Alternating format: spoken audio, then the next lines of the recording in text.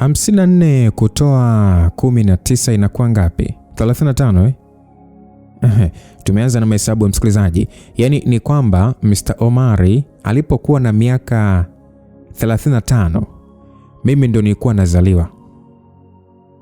Halafu leo hii atake mimi niwe mke wake. Mwanahamisi mimi. Nawezaje kuolewa na mtu wa aina hii? Familia yangu jambo hili kwao waliona liko sawa, na waliinsisitiza ndio nafasi yetu nzuri ya sisi kujikwamua kutoka kwenye umaskini tulionao. Maana Mr. Omari alikuwa na uwezo wa kifedha na aliahidi kusaidia familia yetu kwa kila kitu. Familia yangu ina watu 7. Mama, mimi, wadogo zangu watatu ambao ni Laila, Salma na Saidi. Bibi yangu mzaa mama na mjomba wangu ambaye alikuwa na matatizo ya akili. Babangu alishatangulia mbele za haki, jambo ambalo limefanya maisha yetu yazidi kuwa magumu tukiwa tunamtegemea mama pekee. Msikilizaji, karibu sana kwenye hii simulizi tamu sana na mpya ambayo ndio tunaianza. Ninayekusimulia ni mimi Lucas Lumbas na mtayarishaji wa hii simulizi ni Kiti Fefe.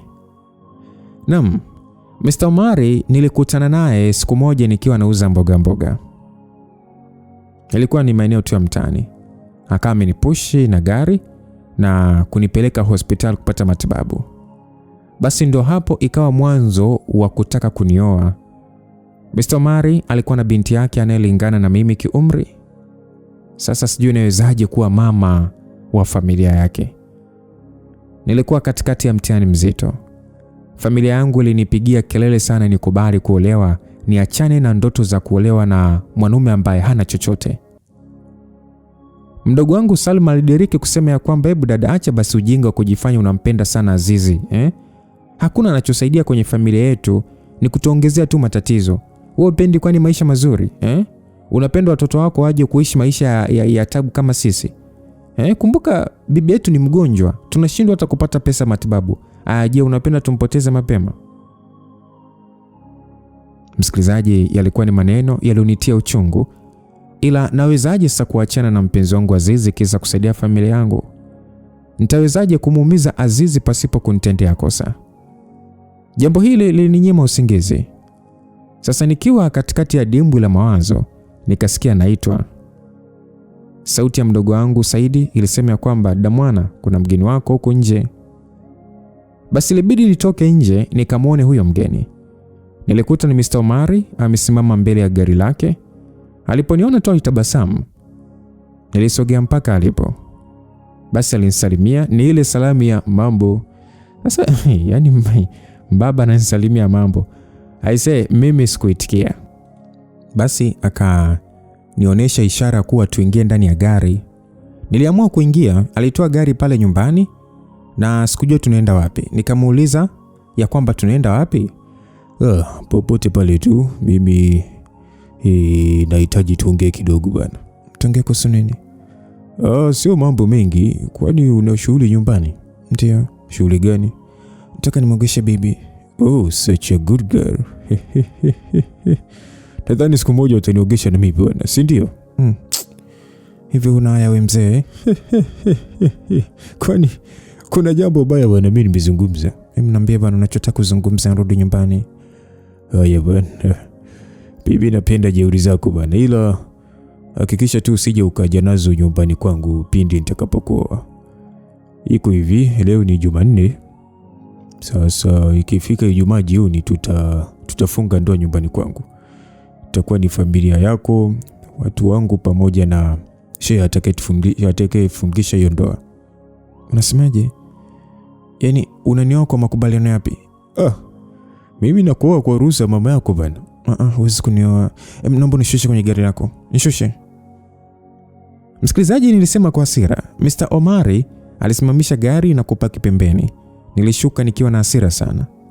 Nikarudi nyumbani kwa hasira sana, huku sasa nikimwacha na cheka tu.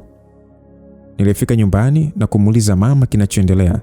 Mama akasema ya kwamba yeye ameshachukua maamuzi, maana mimi akili yangu ni ndogo sana kutambua mambo mazuri. Siku ya Alhamisi mahari ililetwa bwana. Yaani nitake nisitake naolewa. Ilibidi nimtafute Azizi kumwambia hali inavyozidi kuwa mbaya. Akanambia kwamba nikubali tu kuolewa maana ni kwa ajili ya familia yangu. Yeye hawezi kusaidia, maisha yake na yetu yanalingana. Nililia sana ile siku msikilizaji. Nitegemea yeye pekee angekuwa upande wangu kusema nisikubali. Ila aliamua kuniacha mwenyewe. Sasa siku iliyofuata, familia yangu ilikuwa na shamra sana ya maandalizi ya harusi. Walianza kuandaa hadi nguo. Nilitamani kustopisha muda usiende na Ijumaa isifike kamwe, lakini sikuwa na huo uwezo. Masaa yalikimbia mno kuifikia siku ya Ijumaa. Alafu sijui kama nimejitambulisha msikilizaji au tumeweza tu kusimuliana hata mnifahamu. Ila kuna umuhimu gani jamani wa kujitambulisha hapa? Jamani, hapa mimi na mawazo yangu wa kuolewa na Mohenga. Kwa hiyo mtanijua huko mbele kwa mbele. Basi mama alikuwa akipokea simu mfululizo. Mara acheke, mara aseme ya kwamba inshallah kila kitu kitaenda sawa. Salma naye akaniambia kwamba dada, nadhani kuanzia sasa ndio utayaona maisha mazuri. Salma ananiambia kwa furaha, nitabasamu kwa kulazimisha tu. Moyo wangu ulikuwa unavuja damu. Basi mali ililetwa pale nyumbani na ilikuwa ni siku ya Alhamisi jioni kama ilivyopangwa. Watu wa Mr. Omari walifika na gari mbili. Walishusha mifuko ya mchele, sukari, mafuta na bahasha nono. Mama alitetemeka kwa furaha sana. Huku sasa machozi yakimtoka, akasema ya kwamba hatimaye Mungu ametusikia. Basi mimi nilikuwa nimekaa chumbani tu nikilia kimya kimya.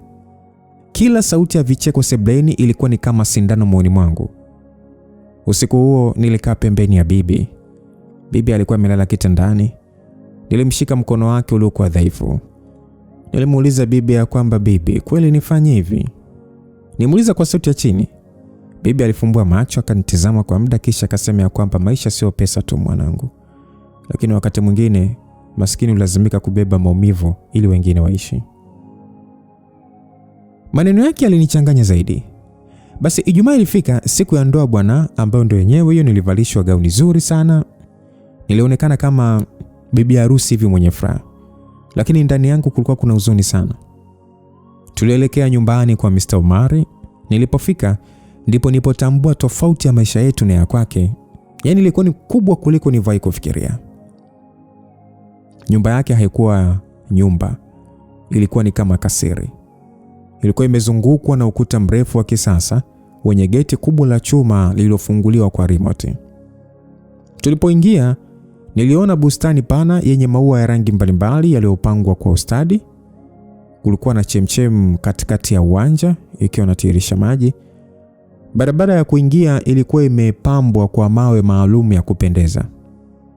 Pande zote kukiwa kuna taa ndefu za kisasa zilizowaka hata kabla ya jua kuzama. Nilishuka kwenye gari, macho yangu yakizunguka kila kona kwa mshangao. Nyumba yenyewe ilikuwa ya ghorofa 2. Ilikuwa imepakwa rangi nyeupe, madirisha makubwa, vioo vya gharama na mapazia mazito yaliyofunika ndani. Milango ilikuwa ni mbao ngumu yenye michoro ya kuvutia. Hasa ndani kulikuwa kuna harufu ya manukato ya gharama. Sakafu ilikuwa ni ya marumaru inaong'aa kama kioo. Nilihofia hata kukanyaga kwa nguvu. Sebuleni kulikuwa kuna sofa kubwa za ngozi laini, TV kubwa iliyoning'inia ukutani na picha za thamani zikining'inia kila upande. Kulikuwa na ngazi ya kisasa yenye vishikio vya chuma cha kung'aa hivi ikielekea ghorofani. Nilihisi kama nimeingia kwenye maisha ya ndoto, lakini ndoto ambayo sikuiomba. Mama yangu alionekana kushangazwa zaidi kuliko mimi. Macho yake yalizunguka kila kona kana kwamba tayari anaona maisha mapya mbele yake. Mama aliniambia kwa sauti ya chini ya kwamba unaona sasa mwanangu, hapa hutakosa chochote. Lakini mimi sikujua kama kweli sitakosa chochote au nitakosa kitu muhimu zaidi, amani ya moyo wangu. Nilipandishwa juu ghorofani ili sasa nikae kabla ya utaratibu wa ndoa kwanza.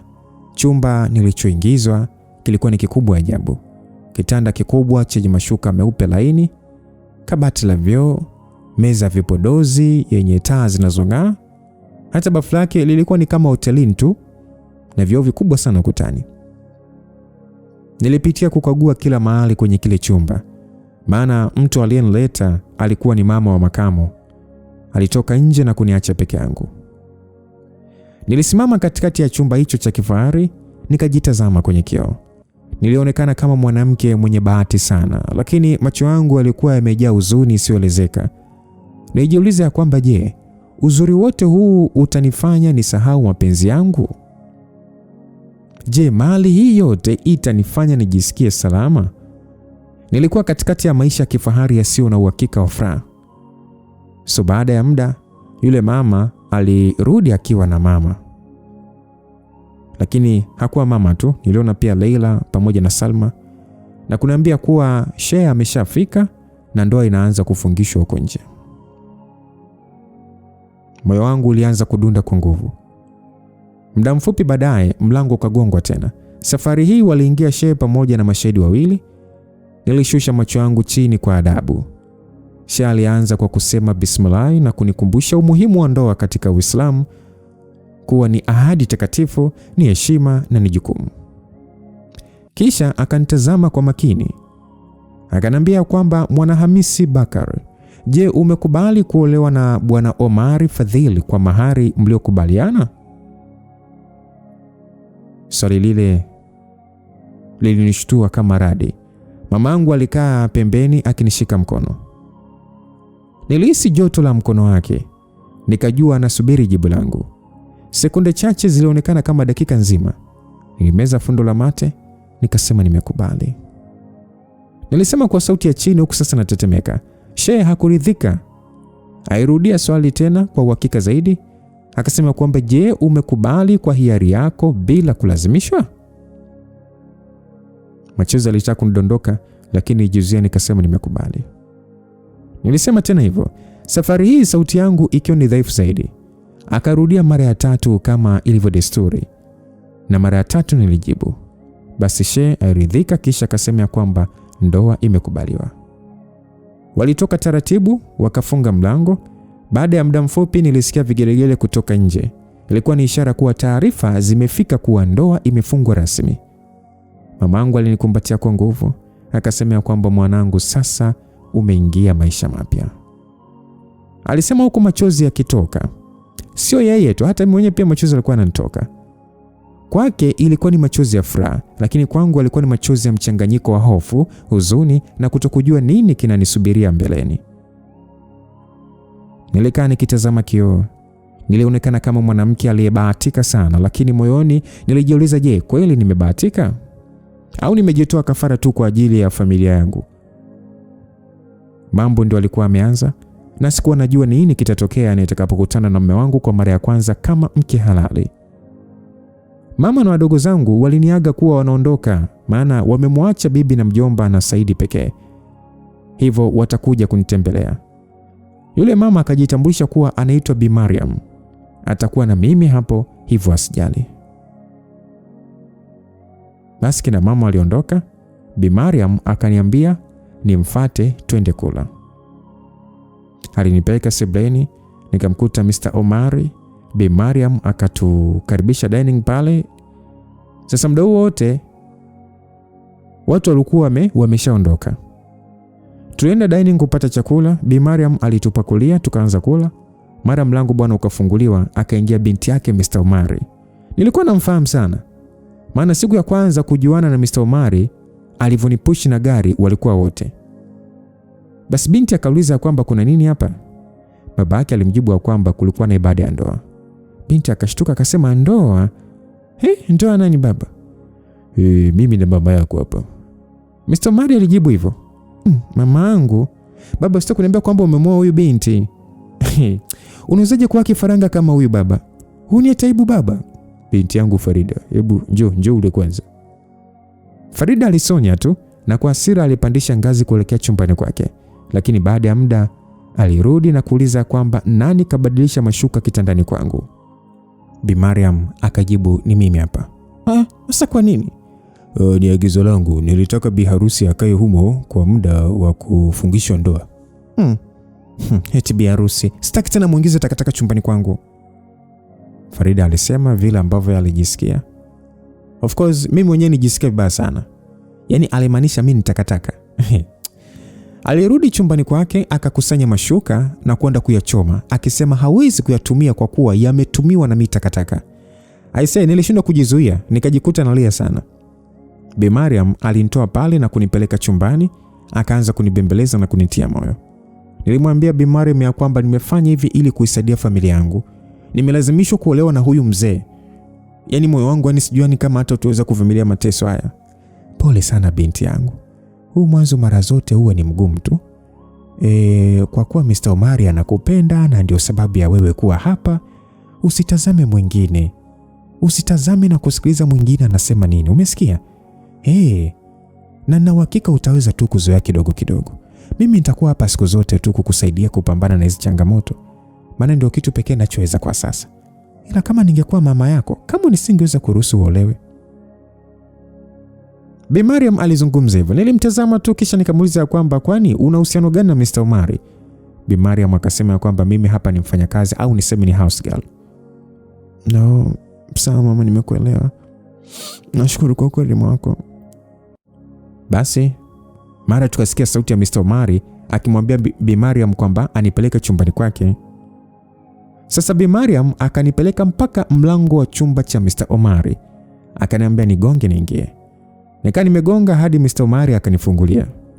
Niliingia moja kwa moja, nikaenda kusimama dirishani, nikawa natazama nje.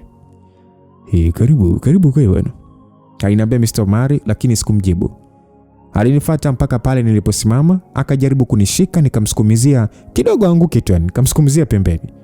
Naomba niache. Naomba nirudishe kwa mimi, siwezi kukaa hapa nikitolewa kasoro na watoto wako. Mke wangu bwana. Ndio kwanza umefika leo bwana. Haya mambo yanazungumzika bwana. Naomba nirudishe kwetu. Mimi nadhani ujue kicha changu. Kwa hiyo ndio namna nzuri ya kuzungumza na mumeo. Kumbuka nilikuambia bwana usije nyumbani kwangu na hizo jeuri zako. Hebu vua basi kwanza hizo shela zako basi ukaoge. Tuje tuzungumze kitandani. Alizungumza Mr. Omari huku akicheka. Mimi alinichefua sana. Mimi nipo serious afu aseni baki nimeganda tu pale pale. Akaniambia kwamba nikichoka kusimama naweza kukaa kwenye sofa au kitandani. Kisha yeye akatoka nje. Nibaki nimesimama pale karibu na dirisha, macho yangu yakizunguka kila kona ya chumba hicho kikubwa cha kifahari. Nafsi yangu ilikuwa katikati ya hofu, kuchanganyikiwa na hasira. Baada ya dakika chache nikawa sasa nimekaa kitandani. Akili ilikuwa inafikiria namna gani naweza kuishi hapa. Muda mfupi baadaye mlango ukafunguliwa. Nilisimama, moyo ulidunda kwa nguvu. Mr. Omari akaingia chumbani. Alimfuata hadi niliposimama, akakaa kitandani. Usijali mwanamke wangu, hapa ni nyumbani kwetu. Hapa tu utajua tu maana ya kuwa mke wangu. Kwa hiyo wewe ndio hofu bwana, sawa? Alizungumza nitazama chini tu nikijaribu kutokuonyesha hofu yangu. Kwa hiyo hapa mimi nataka kwanza tuzungumze, ila sasa tukaoge kwanza. Alisema na kunishika mkono, lakini nikautoa mkono wake. Alinyanyua kwa nguvu na kunitupa kitandani. Akaanza kunivua gauni langu. Nilijaribu kupambana naye lakini nilishindwa. Akanivua na kunipeleka bafuni, akafungulia bomba ya mvua. Yaani kiufupi alinibaka mle bafuni. Hakuna siku nilichukia kama ile. Nilala usiku mnene sana maana nilichelewa kulala kwa kulia. Asubuhi Mr. Omari aliniamsha na kuniambia nashukuru kwa penzi tamu alilonipatia siku ya jana. Kwa muda huo sasa alikuwa anaelekea kumfuata mama na bibi yangu aende nao hospitali, maana bibi yangu alikuwa na tatizo la moyo. Alipaswa kufanywa operation. Basi mimi nijifunika shuka, nikageuka upande mwingine bila kumjibu. Moyoni nilikuwa na majeraha makubwa sana ambayo hata yeye mwenyewe hakuyaona. Usijali sana bwana, baada ya muda utaizoea tu hii nyumba. Alisema kana kwamba hakuna kilichotokea. Nilipofikiria kuhusu bibi yangu, machozi yalianza kunitoka tena. Licha ya yote yaliyokuwa amenipata, mawazo yangu yote yalikuwa kwa bibi yangu. Yeye ndiye aliyekuwa mtu pekee aliyenipenda sana. Baada ya muda mfupi Mr. Omari akatoka chumbani. Mlango ukafungwa. Dakika kadhaa baadaye mlango uligongwa. Nikauliza kwamba nani, Bi Mariam ama? Bi Mariam akasema ndio, ni mimi madam. Basi nifuta machozi haraka, nikasema sawa, ingia. Bi Mariam aliingia akiwa sasa ameshika tray yenye chai. Nilikuona hujatoka chumbani mwanangu, nikasema nikuletee kifungua kinywa. Bi Mariam, hivi kweli maisha yangu yataendelea kuwa hivi tu? Nilimuuliza kwa sauti ya majonzi. Alikaa pembeni ya kitanda na kunitazama kwa huruma. Binti yangu, maisha yana njia nyingi sana.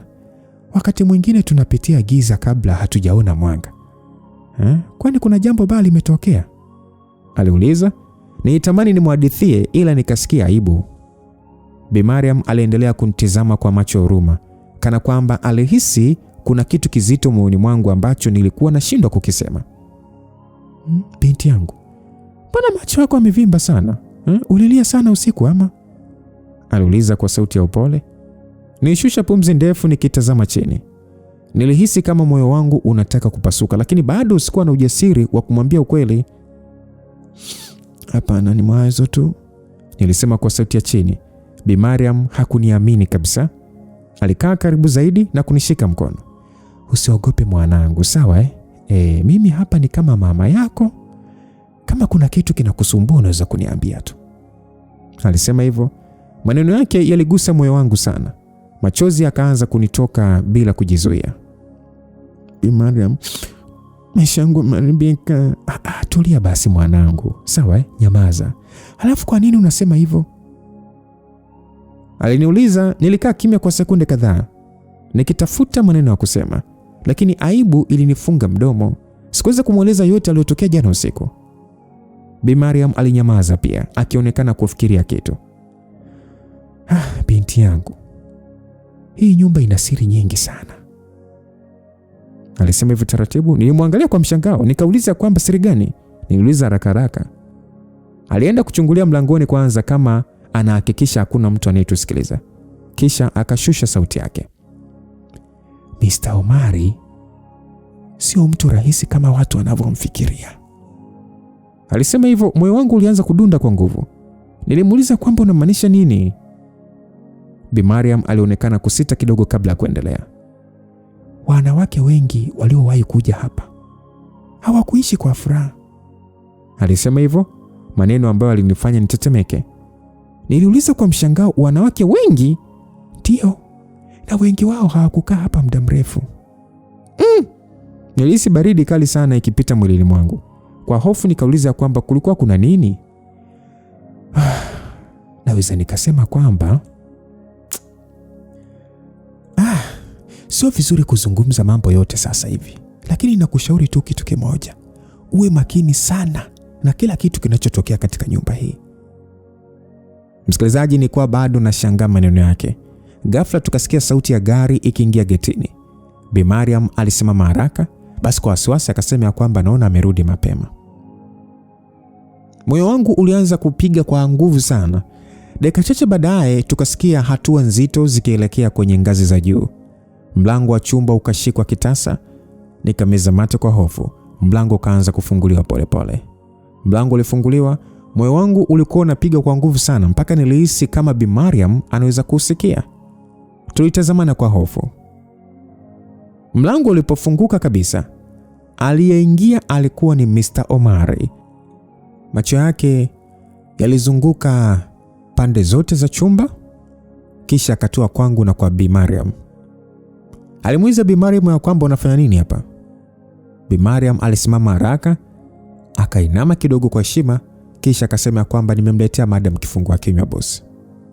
Alisema kusasa akionyesha tray iliyokuwa mezani. Mr. Omari alimtazama kwa sekunde chache kisha akatikisa kichwa na kusema kwamba sawa, unaweza kuondoka. Bi Mariam alinipa jicho la huruma kabla ya kugeuka na kutoka chumbani. Mlango ulipofungwa tulibaki wawili tu. Chumba kilitulia ghafla. Kimya kilikuwa ni kizito sana. Mr. Omari alinisogelea taratibu mpaka akasimama karibu na kitanda. Vipi? Mbona hujala?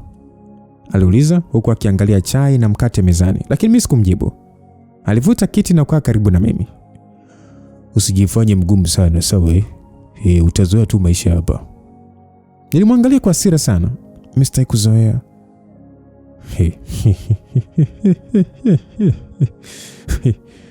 Unasema hivyo sasa hivi tu, lakini baada ya muda utaona hakuna pa kwenda bana.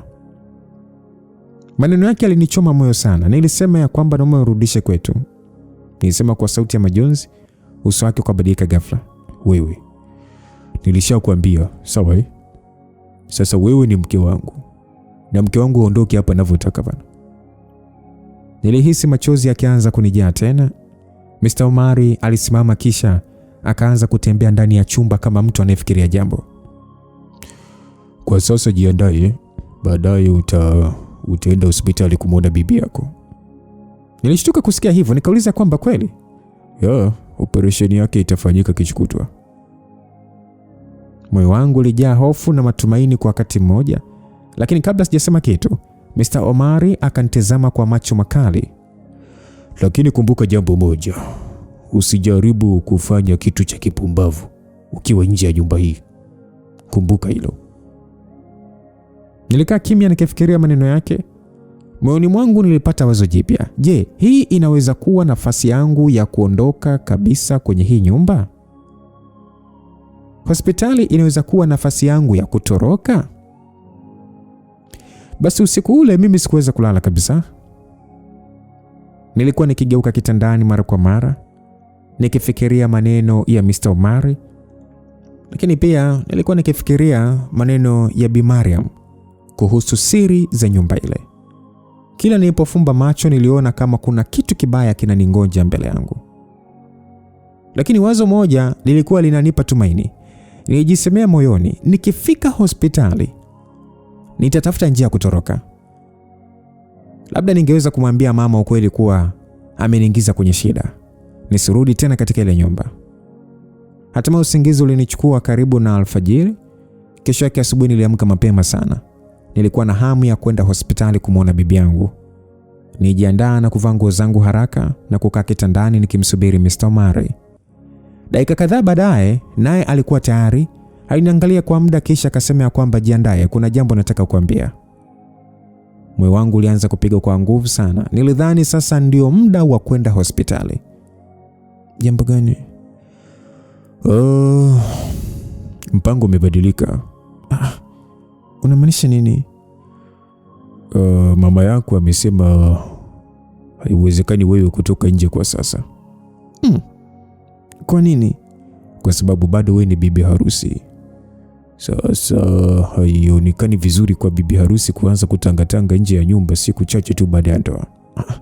Lakini bibi yangu siko hospitali. Ni sahihi kweli unavyosema, lakini sasa mimi nitakwenda kumuona mimi. Nitahakikisha tu anapata kila kitu anachohitaji. Kuona mimi je? Wewe utakaa hapa nyumbani tu. Nilikaa kimya msikilizaji, nikihisi tumaini langu lote limepotea. Ile nafasi niliyokuwa naitegemea kutoroka, ilikuwa imepotea ghafla. Mimi nakushauri uanze kuzoea maisha ya hapa. Hutakiwi kufikiria kuondoka tena. Baada ya kusema hivyo, aligeuka na kuelekea mlangoni. Kisha katoka. Ghafla mlango uligongwa. Sauti ilisikika nje ikisema kwamba madam, ni mimi Bi Mariam. Basi nilimruhusu aingie. Alipoingia aliniangalia usoni na akaona macho yangu yamejaa huzuni. Kwa wasiwasi akaniuliza kwamba imekuaje? Nimetaselewa. Jana Mr. Omari alisema kwamba tutaenda hospitali kumuona bibi, lakini leo safari ya hospitali imefutwa. Na nani amesema hivyo? Mr. Omari anasema eti kwamba eti mama hataki niondoke kwa sababu bado mimi ni bibi harusi. Pole sana mwanangu. Basi njoo twende basi tukakae hapo sebuleni. Unajua umekaa ndani kwa muda mrefu sana tangu ufike hapa. Sawa. Basi niliamua kutoka nikakaa sebuleni na Bi Mariam, ila nilikuwa na mhofia Farida na maneno yake ya kashfa. Baada ya muda nilimuuliza Bi Mariam kuwa Farida yuko wapi? Maana nilikuwa sijamuona. Akaniambia kwamba hayupo. Basi nikaanza kumsaidia Bi Mariam kupika, japo alikataa sana nisimsaidie, ila mimi nikaforce nimsaidie. Mara Mr. Omari akawa amerudi na kutukuta mimi na Bi Mariam tunapika. Mwana, wewe unafanya nini humu jikoni? Aliuliza Mr. Omari. Nilimjibu kwamba tunapika. Wewe nimekuleta humu ndani kwa ajili ya kazi nyingine. Humu kupika unafanya nini? Wewe umekuleta ndani kwa ajili ya kupika? Bi Mariam, nini hiki unafanya? Kwa nini unampikisha mke wangu mimi bwana? Mr. Omari alianza kumfokea Bi Mariam.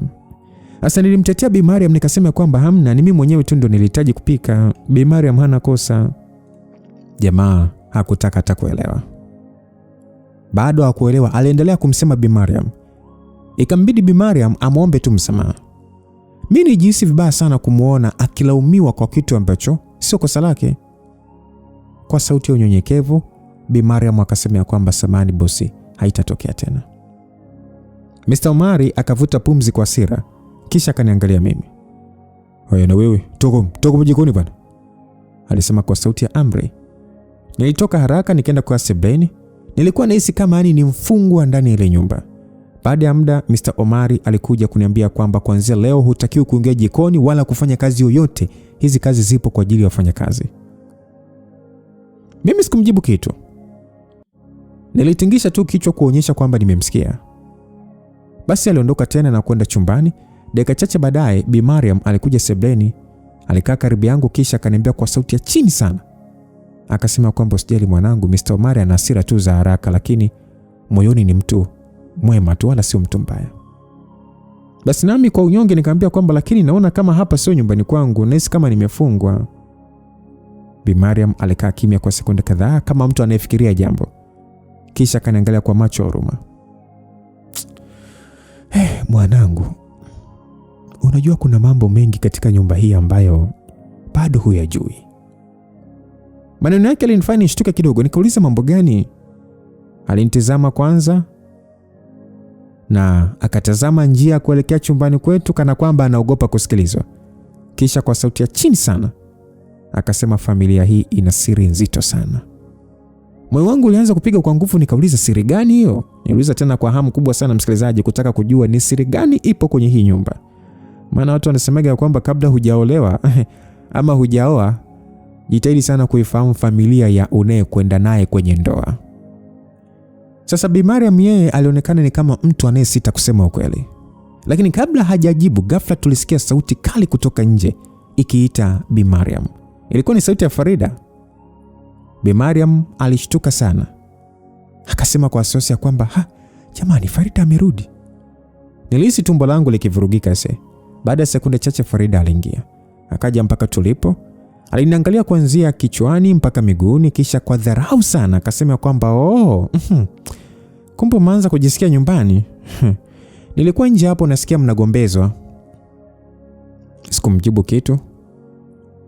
Farida akamgeukia Bi Mariam.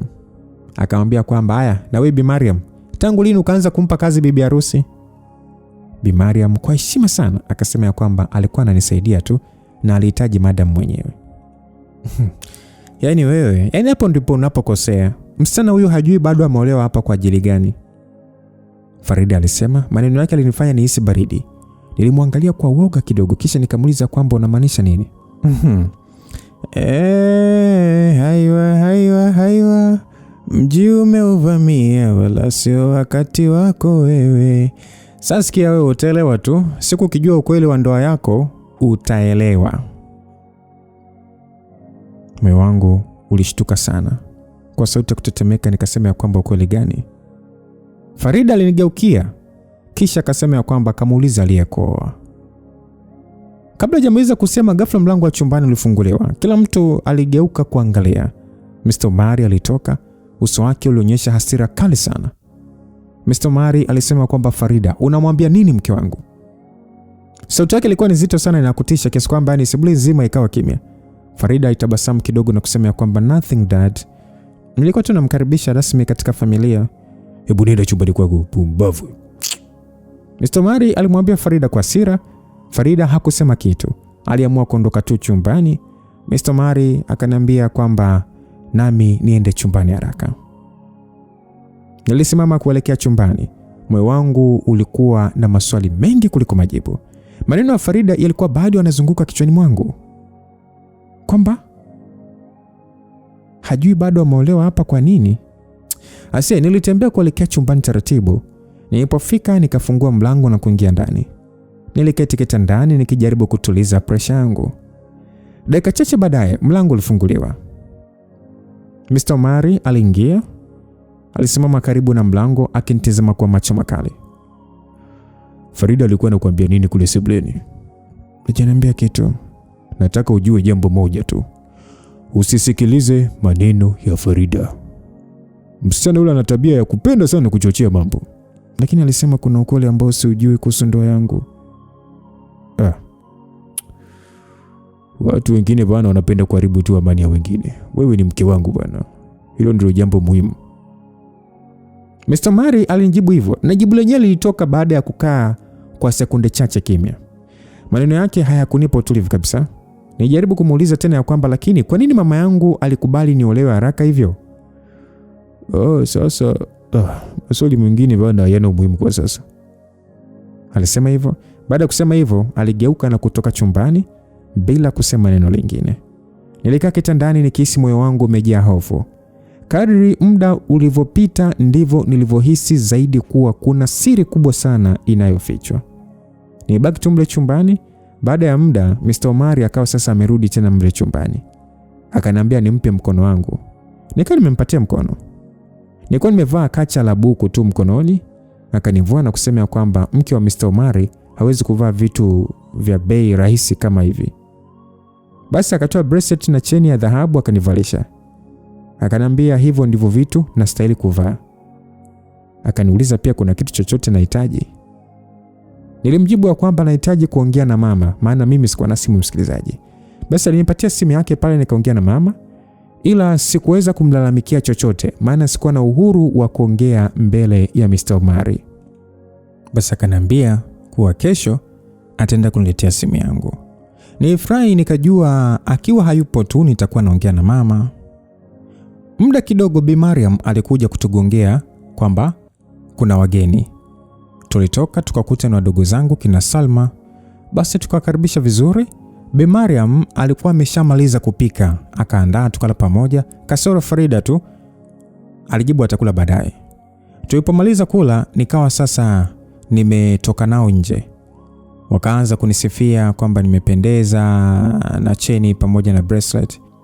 Huku wakisema kwamba hayo ndio maisha. Mimi wala sikuona furaha yote. Nilitabasamu kidogo tu kwa kuwafurahisha wadogo zangu, lakini moyoni nilikuwa mbali sana. Salma alinishika mkono wangu na kuitazama ile bracelet ya dhahabu. Akauliza kwa mshangao kwamba dada, hii ni ya kweli kabisa ama? Nikamjibu ndio. Basi wadogo zangu walionekana kufurahi sana. Walianza kuzungumza kwa furaha kana kwamba maisha yangu yalikuwa yamebadilika kabisa. Basi Leila huku akicheka akasema kwamba kweli dada sasa umeingia kwenye maisha mazuri. Nilitabasamu tena, lakini moyoni nilihisi kama kuna kitu kinaniumiza. Sikuelewa kwa nini. Sikuelewa kwa nini sikuwa na furaha kama wao walivyodhani. Wadogo zangu wailala pale pale. Kwa muda mfupi nilijihisi furaha na amani kuwa nao karibu. Hasa kesho yake tulitoka wote pamoja na Mr. Omari kuelekea hospitali, maana bibi yangu alikuwa anafanywa operation siku hiyo. Tukakutana na mama ambaye pia alikuwa ameshafika. Hivyo Mr. Omari aliniacha pale hospitali akaondoka kwenye mizunguko yake. Bibi alifanywa operation ikaenda sawa. Daktari akaja kutupa taarifa kuwa mgonjwa wetu yupo sawa. Anahitaji tu muda kupumzika. Basi tulishukuru sana. Baada ya kuona pressure za hali ya bibi zimepungua, ilibidi sasa nimvute mama pembeni na kuanza kumuelezea hali ilivyo. Ila mama alinijia juu sana na kunikaripia kwamba niache ujinga, nitulie kwa mume wangu. Jioni Mr. Omari alinifuata pale hospitali, tukaondoka kuelekea nyumbani. Tulipofika nyumbani alinipatia simu mpya ambayo ndio alitoka kununua. Nilishika ile simu mpya mkononi kwa mshangao kidogo. Ilikuwa ni nzuri sana. Hata mimi sikuwahi kumiliki simu ya aina hiyo kabla. Asante. Basi nilisema hivyo. Mr. Omari alinitazama kisha akatabasamu kidogo. Hiyo sasa ndio inafaa kwa mke wangu. Alisema hivyo. Nilijaribu kutabasamu pia, lakini moyoni bado kulikuwa na maswali mengi sana. Kesho yake nikawa nimeshapata line. Jambo la kwanza nililofanya lilikuwa ni kumpigia mama. Simu iliita mara kadhaa, lakini hatimaye mama alipokea. Hey, halo mwanangu. Mama. Vipi huko? Unaendeleaje na mume wako? Ninyamaza kwa sekunde kadhaa nikijaribu kutafuta maneno sahihi. Mama, kuna kitu nataka kuuliza. Nini tena? Kwa nini ulinipeleka kuolewa haraka hivyo mama? Na kwa nini unaonekana kama hutaki nizungumzie mambo ya hapa nyumbani? Yaani wewe, nilishakwambia uache maswali yasiyo na maana. Tulifanya hivyo kwa ajili ya maisha yako mazuri. Yaani badala uulize bibi yako anaendeleaje, unauliza ujinga tu. Lakini wewe, hebu kaa vizuri kwa mume wako. Mr. Omari ni mwanaume mzuri sana. Usiharibu ndoa yako kwa utoto wako. Chinga wewe. Baada ya kusema hivyo alikata simu. Nilitazama simu kwa mshangao. Moyo wangu ulizidi kuwa mzito zaidi. Nilikuwa nikifikiria kila kitu kilichotokea kuanzia siku ya harusi yangu mpaka sasa. Sijui inatokaje mimi. Familia inachojali ni maisha mazuri na sio amani ya moyo wangu. Basi bwana. Usiku ule mimi sikuweza kulala kabisa. Maneno ya mama yalikuwa yanajirudia kichwani mwangu. Nijigeuza kitandani mara kwa mara nikijaribu kupata usingizi, lakini moyo wangu ulikuwa unauma sana. Nijiuliza maswali mengi sana. Kama kweli mama alifanya haya yote kwa ajili ya maisha yangu mazuri, kwa nini ninajisikia vibaya hivi? Hatimaye usingizi ulinipitia. Asubuhi yake niliamka mapema kidogo. Nilipoenda sebuleni nilimkuta Bi Mariam tayari ameshaanza shughuli za jikoni. Alinisalimia akasema kwamba habari za asubuhi mwanangu. Nilimjibu tu ya kwamba nzuri tu mama, shikamoo. Basi Bi Mariam alitikia pale. Nijisikia faraja kidogo kwa sababu Bi Mariam alikuwa ni mtu pekee ndani ya nyumba ile aliyekuwa akinionyesha upendo wa kweli. Baada ya muda nilitoka nje kidogo kupunga upepo. Sasa nikiwa pale ghafla nikamwona Farida akija upande wangu. Farida akasema kwamba umeamka mapema leo, alisema kwa sauti yenye kejeli kidogo. Nilimtazama tu bila kusema kitu. Ghafla alinisogelea karibu sana. Akasema kwamba unajifanya mke wa tajiri sasa lakini ukweli hujui bado, alisema. Nilihisi hasira kidogo, nikamwambia kwamba kama una kitu cha kusema si unioke tu wazi Farida, nilimwambia. Lakini kabla hajasema chochote, SMS iliingia kwenye simu yangu kutoka kwa Mr. Omari. Akanambia kuwa ni muandalie chai. Ninyanyuka kuelekea jikoni. Farida alibaki pale nje akinitazama tu. Basi mimi nitengeneza chai, nikatenga mezani, nikaenda chumbani kumkaribisha Mr. Omari. Nilitaka kumkorogea chai ila sasa akasema atakoroga mwenyewe maana hapendi sukari nyingi. Hivyo akaweka kijiko kimoja tu akakoroga. Lakini ghafla baada tu ya kunywa funda moja, Mr. Omari alikunja sura. Hii chai na nini? Aliuliza kwa sauti kali sana. Kwa nini? Hebu onjeni. Mr. Omari alisema. Bi Mariam alionja, alishtuka sana. Mwana Hamisi, hii chai ina chumvi, alisema kwa mshangao sana. Nilihisi mwili wangu wote kutetemeka. Haiwezekani, mbona ile kopo la sukari? Nilisema hivyo. Ghafla tukasikia kicheko kidogo nyuma yetu. Tuligeuka, alikuwa ni Farida. Alikuwa amesimama mlangoni akitabasamu kwa dharau. Kwa kejeli kabisa akasema kwamba labda mke mpya ajui kupika. Farida, hivyo umefanya nini wewe? Mr. Omari aliuliza kwa hasira. Farida akasema kwamba sijafanya kitu, labda mkeo ajui tu tofauti ya sukari na chumvi, alisema hivyo. Asa uso wa Mr. Omari ulikuwa umebadilika kabisa. Alisimama ghafla kutoka kwenye kiti. Alikagua vizuri ile sukari. Ilikuwa imechanganywa na chumvi. Farida, najua wewe ndio umefanya huu upuuzi. Kuanzia leo sitaki kuona tena ndani ya nyumba yangu. Shenzi wewe. Farida alibaki amesimama kwa mshangao tu. Akauliza kwamba yani unamaanisha nini? Namaanisha ondoka hapa sasa hivi. Jinga wewe. Basi wote tulibaki kushangaa. Mr. Omari alimtimua mwanae huku akimtukana. Farida alinitukana sana kabla ya kuondoka. Nilishindwa cha kuongea. Nilibaki tu kimya. Baada ya Farida kuondoka, nyumba nzima ilitulia ghafla. Hakukuwa na mtu aliyesema neno kwa muda. Sikuamini kilichokuwa kimetokea. Bi Mariam akasema kwamba bosi, acha kwanza nikaandae chai nyingine. Bi Mariam alisema na kuelekea jikoni. Sasa mimi nilikuwa bado nimesimama pale nikiwa kimya. Macho yangu yalikuwa chini kwa sababu nilikuwa nahisi aibu kubwa kana kwamba kosa lile lilikuwa ni la kwangu. Ghafla Mr. Omari alinisogelea karibu. Mwana Hamisi, samahani kwa yote aliyotokea. Kustahili kufedheshwa hata kidogo. Mimi sitaki ujisikie vibaya ndani ya nyumba hii. Wewe ni mke wangu na nataka uwe na amani. Maneno yake yalinigusa kidogo. Kwa mara ya kwanza nilihisi kama anajaribu kunifanya nijisikie vizuri. Alinishika mkono wangu na kusema nimfuate. Basi aliniongoza hadi nje kidogo kwenye bustani. Kulikuwa na upepo mwanana na jua la asubuhi lilikuwa linaangaza vizuri tu. Mwanahamisi, labda mambo mengi yalitokea haraka sana mpaka hukupata nafasi ya kufurahia ndoa yetu. Lakini nataka ujue kwamba wewe ni muhimu sana kwangu. Msikilizaji, moyo wangu ulishtuka sana kwa hiyo kauli. Sijui niseme nini. Ghafla alinivuta karibu yake kisha akanikumbatia, ila nikajitoa na kukimbilia ndani. Baada ya muda mfupi nilisikia mlango ukigongwa. Alikuwa ni Mr. Omari. Nikamfungulia. Mwanahamisi, kama nimekufanya ujisikie vibaya kule nje, naomba bwana unisamehe bwana. Nilimtazama kwa muda mfupi kisha nikashusha macho yangu. Sijakasirika, ni kwamba tu mambo yote yanatokea haraka sana, so bado sijazoea. Ya, nakuelewa. Na mimi sitaki kukulazimisha chochote. Nataka tu ujue kuwa kuanzia leo mimi nitajitahidi kukulinda dhidi ya mtu yeyote anaye kutakia mabaya. Hata kama ni damu yangu mwenyewe bwana, mimi siwezi kukubali bwana. Maneno yake yalinigusa sana. Nilihisi macho yangu yakianza kuloa machozi kidogo. Ghafla tukasikia sauti ya gari ikisimama nje ya nyumba. Bi Mariam alikuja kutugongea na kutuambia kuwa kuna wageni. Tulipotoka sebleni, tulikuta mwanamke mmoja.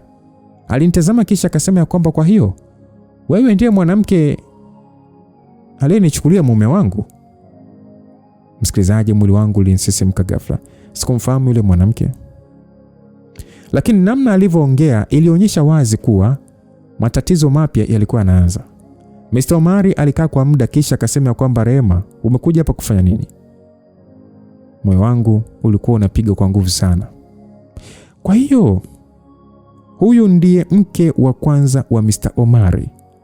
Nijiulize hivyo. Asa Bi Mariam alisimama pembeni akiwa kimya, kana kwamba hakutaka kuingilia jambo lile. Rehema, mimi sikutegemea kukuona hapa bwana, alisema Mr. Omari. Yule mwanamke alicheka kidogo kwa dharau, akasema ya kwamba, kwa nini? Ulifikiria mimi nisingejua kwamba umeoa mwanamke mwingine ama? Alisema hivyo sasa akinitazama kwa macho makali. Nilishusha macho yangu chini, sikujua niseme nini. Lakini wewe ulishamalizana kila kitu zamani, Wewe unahitaji nini tena hapa? Zamani?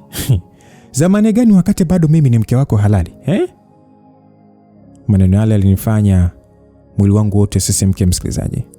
Nilimgeukia Mr. Omari kwa mshangao. Kwa sauti ya chini kidogo nikamuuliza kwamba ni kweli.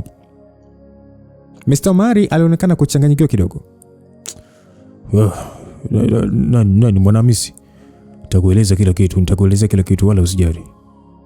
Lakini kabla hajaendelea kuongea, Bi Rehema alisogea karibu na mimi, akasema kwamba, usidanganyike binti mdogo, mimi ndiye mkewe wa halali.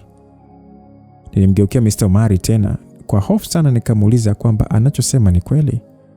Uso wa Mr. Omari ulionyesha hasira sana. Rehema, naomba uache kusema upuuzi mbele ya mke wangu, umesikia? Nitakuvuruga hapa sasa hivi, alisema kwa ukali kidogo, kisha akamvuta kumtoa nje.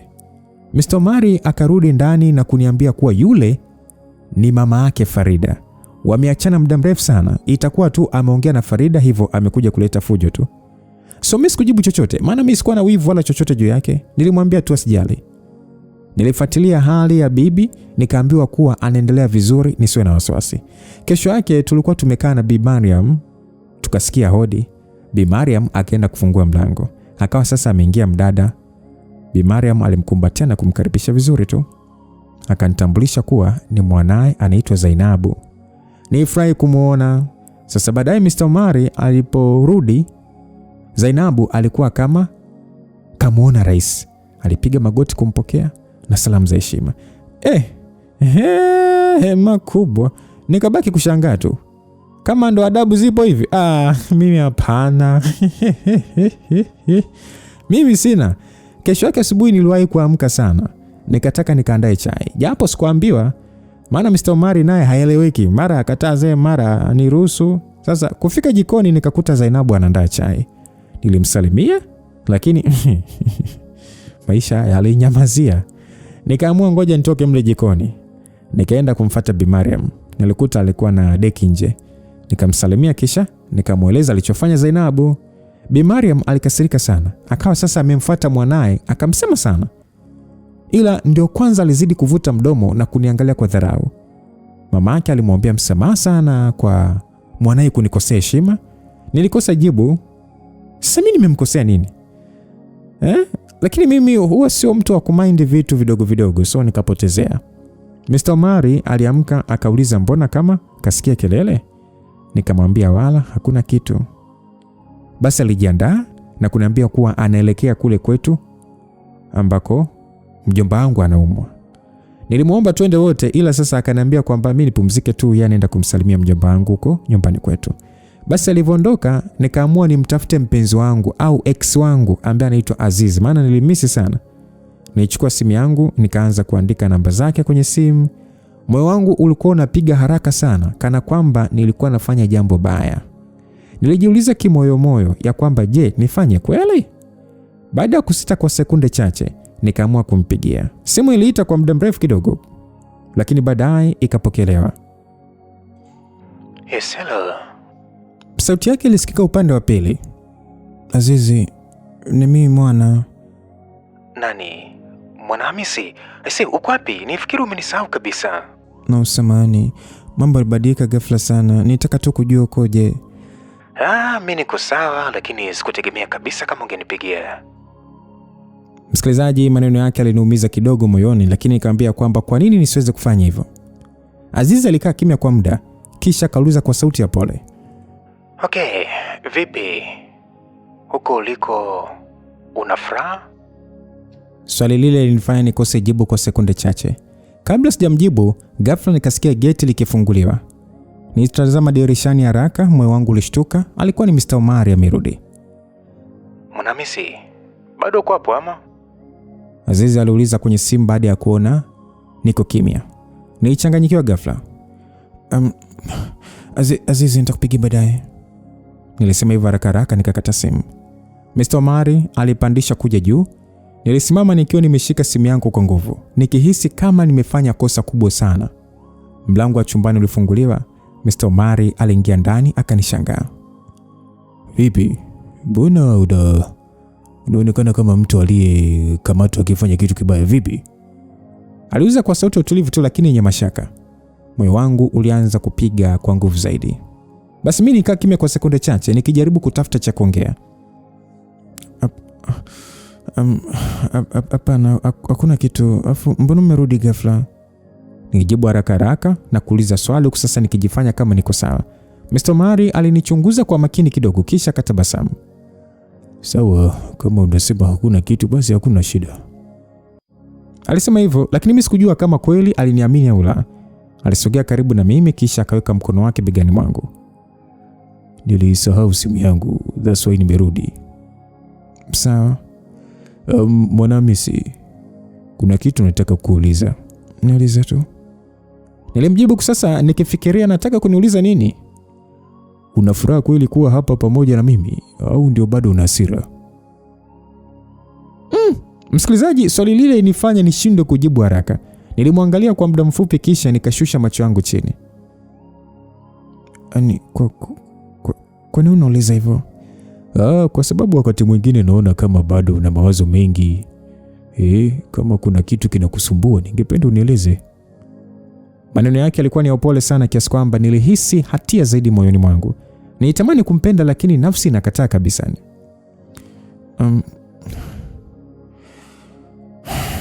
Niko sawa tu. Nilisema huku nikitabasamu. Alinitazama kwa muda kisha naye akatabasamu kidogo. Basi sawa, kama kuna kitu chochote usisite kuniambia. Baada ya hapo alichukua simu yake na kutoka. Nilikaa kitandani nikashusha pumzi. Moyo wangu ulikuwa bado unawaza kuhusu Azizi. Sasa baadaye nilikuwa nimekaa sebuleni pamoja na Bi Mariam tukitazama TV. Ghafla simu yangu ilianza kuita. Nilipoangalia ilikuwa ni Azizi ananipigia. Nikanyanyuka nikaenda nje kidogo ya nyumba kupokea simu. Hello? Nilisema kwa sauti ya chini kidogo. Hey, Mwanahamisi, ulisema utanipigia baadaye. Sauti ya Azizi ilisikika upande wa pili. Ndio, samani. Nilijua tu siku moja utanisahau. Azizi, sio hivyo. Naijaribu kumwelezea, lakini kabla sijaendelea kuongea, ghafla nikasikia sauti nyuma yangu ikisema ya kwamba Mwanahamisi, unaongea na nani? Nilishtuka sana. Niligeuka haraka, alikuwa ni Zainabu. Akanitazama kwa macho ya mashaka sana. Moyo wangu ulianza kupiga kwa nguvu sana. Nilichanganyikiwa ghafla sasa. Huyu ni rafiki yangu tu, nilimjibu haraka, lakini Zainabu aliendelea kunitazama kwa macho makali.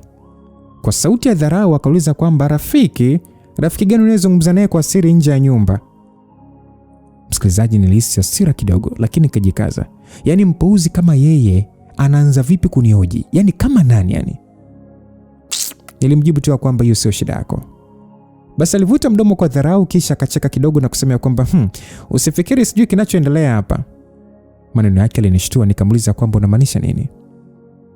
Alisogea karibu na mimi, kisha akasema kwa sauti ya chini ya kwamba ukifikiri unaweza kucheza na moyo wa baba wa watu halafu ukaendelea kuwasiliana na wanaume wengine, unajidanganya. Nilihisi mwili wangu wote ukisisimka msikilizaji. Nilimuuliza kwa hasira kidogo ya kwamba unasemaje? Kabla sijasema kitu kingine, ghafla tulisikia sauti ya honi ya gari nje ya geti. Zainabu alinitazama kisha katabasamu kidogo na kusema kwamba naona mmeo amerudi. Ngoja tu nimwambie mama mwenye nyumba alikuwa anaongea na kibenteni chake.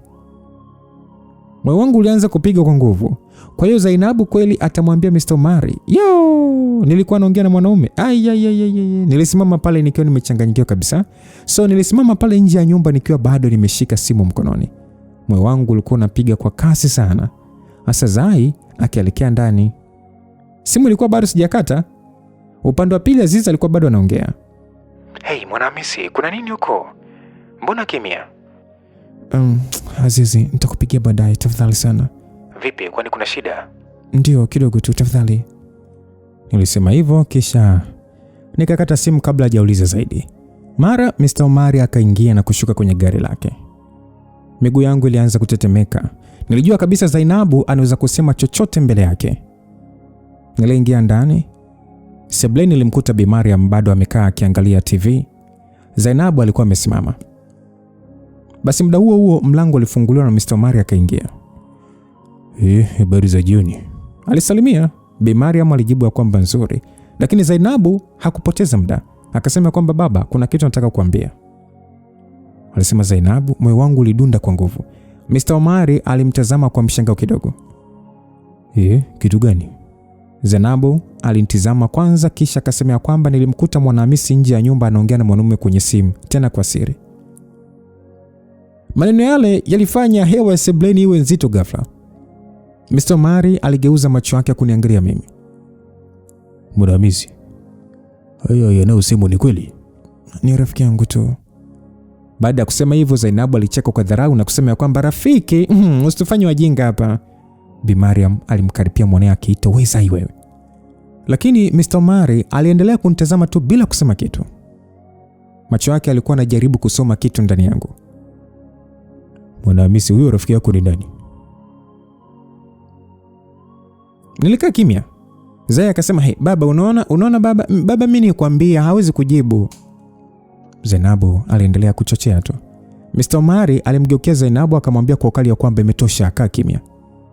Zainabu alinyamaza. Mr. Omari akanambia twende chumbani tukazungumze. Moyo wangu ulizidi kupiga kwa nguvu zaidi. Sikujua kabisa anataka kuniambia nini. Nilimfuata kuelekea chumbani. Tulipofika ndani alifunga mlango. Kisha akaniangalia kwa macho makali sana. Mwanahamisi, hebu naomba uniambie ukweli. Kuna mwanaume mwingine moyoni mwako sivyo? Swali lile linifanya nishtuke kabisa. Ilibidi sasa nianze kujitetea kwamba mimi nilikuwa naongea tu na rafiki yangu. Alafu pia simuelewi Zainabu. Maana tangu amefika hapa ni kama ananiletea dharau sana. Mr. Omari akanambia kwa nini sijamwambia muda wote kuwa Zainabu ananidharau. Mr. Omari hapendi kabisa mtu yote anikosesha raha. Basi alitoka mle chumbani na kwenda kuongea nao. Akawaambia kuwa kesho Zainabu aondoke hapo kwake, hataki kumuona. Nilifurahi kwa kiasi fulani. Baadaye nikaa nimetoka. Nikawa sasa nimefika mlango, yani nimefika ulipo mlango wa chumba cha Bi Mariam. Nikakuta anaongea. Yani mimi nipo kwa nje sasa, wao hapo kwa ndani, mimi nawasikia. Nilimsikia Bi Mariam akimlaumu mwanaye kuwa na haraka. Taarifa zingine zilizoendelea kuzungumzwa humo zilinifanya nibaki kushangaa tu. Msikilizaji, hebu unahisi ni haraka ipi ambayo Bi Mariam amemwambia mwanaye asiwe na haraka? Je, kuna mpango gani uliopo kati ya Bi Mariam na mwanaye huyu Zainabu? Lakini je, taarifa zinazoenea humu ndani kwamba huyu mzee inaonekana sio mtu wa kawaida na kuna wanawake wengi sana walishapita hapo, lakini haikuwezekana wao kudumu. Sasa basi, tutakapokutana sehemu ya pili, kitu kikubwa ni kuhusu haya yaliyokuwa yanazungumzwa kati ya Bi Mariam na Zainabu. Ni haraka ipi ambayo Zainabu anatakiwa kwenda nayo taratibu, asiwe na haraka? Ni mpango upi ambao upo? Msikilizaji, tuendelee kukutana hapa kwa mapenzi ya Mwenyezi Mungu. Je, Mr. Omari ni nani? Ni mtu salama kweli? Ama ni mtu ambaye si wa kawaida, si binadamu wa kawaida? Ama kuna siri gani ipo nyuma kwa yale yote ambayo Bi Mariam alimueleza dada yetu Mwana? Simulizi hii imetayarishwa na Kitifefe na inasimuliwa nami Lucas Lumbasi.